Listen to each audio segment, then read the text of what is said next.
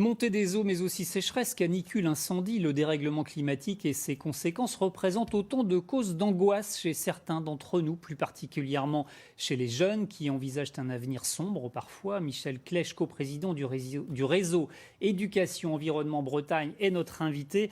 Bonsoir, vous faites d'ailleurs partie des organisateurs de la journée à Loncieux dont on vient de parler. Votre réseau est né en 1992. Depuis, des éducateurs interviennent souvent auprès d'enfants, mais pas seulement, pour l'éducation à l'environnement. Vous sentez notamment chez les jeunes cette angoisse, un côté fataliste face au bouleversement climatique?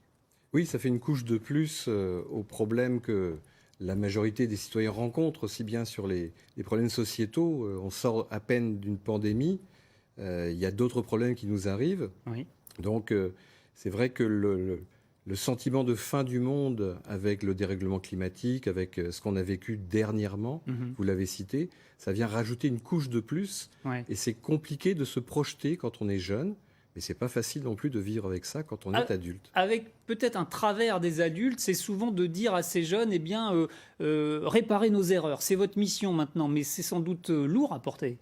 Alors c'est encore plus lourd et c'est pour ça que l'objectif pour nous, c'est quand on intervient auprès des adultes comme auprès des jeunes, c'est de leur faire comprendre que c'est un problème qui est partagé et que chacun, à son niveau, adulte et enfant, ont leur part de responsabilité, mais surtout leur part à jouer pour changer les choses.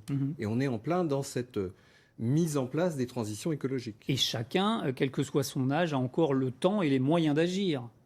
Il y a des choses à faire. Alors, on a, quand on travaille, parce que l'éducation environnement, c'est l'éducation à la complexité, on prend le temps de présenter autrement les informations et de montrer qu'il y a plein de problèmes, de travailler sur ces problèmes et de montrer qu'il y a aussi plein de solutions. Par exemple, changer ses habitudes de déplacement ou alimentaire, c'est tout simple, parfois. C'est tout simple, c'est beaucoup mieux de le faire collectivement. Donc, on incite aussi à créer des groupes, des collectifs, parce que quand on est ensemble, on va beaucoup plus loin, on peut s'organiser. On peut imaginer que des achats groupés peuvent être intéressants, aussi bien sur l'alimentaire que sur une installation de panneaux solaires sur sa maison. Dès qu'on est 15-20 foyers à entrer dans des dynamiques comme ça, on fait baisser les coûts de 20 à 30%. Et d'un seul coup, le passage à l'acte est possible. Alors vous avez aussi une certaine positive attitude. Vos éducateurs aiment bien emmener les élèves, appelons-les comme ça, sur le terrain, dans la nature. Alors il y a un manque de nature. Aujourd'hui, des études scientifiques montrent que ça accélère et ça accentue le syndrome dont on parlait à l'instant, d'anxiété.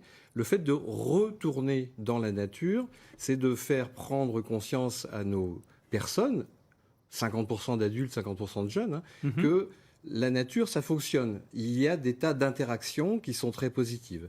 Et des études ont montré que des jeunes qui ont été baignés dans des activités en pleine nature ont des relations avec leurs semblables dans les collectivités après qui sont beaucoup plus saines et l'empathie se dégage beaucoup plus fortement. Donc le bain de nature, ça va avoir des répercussions sur la capacité du vivre ensemble. Merci beaucoup Michel Clèche. Et puis j'ajoute que le réseau a 30 ans, 30 jours d'animation, du coup c'est partout en Bretagne pendant ce mois d'octobre. Merci beaucoup.